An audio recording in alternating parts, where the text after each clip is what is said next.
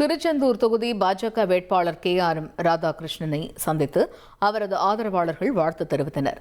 பின்னர் செய்தியாளர்களிடம் பேசிய ராதாகிருஷ்ணன், திருச்செந்தூருக்கு வந்தே பாரத் ரயில் இயக்கவும் அம்பேத்கர் சட்டக்கல்லூரி நிறுவவும் நடவடிக்கை எடுக்கப்படும் என்று உறுதியளித்தார்.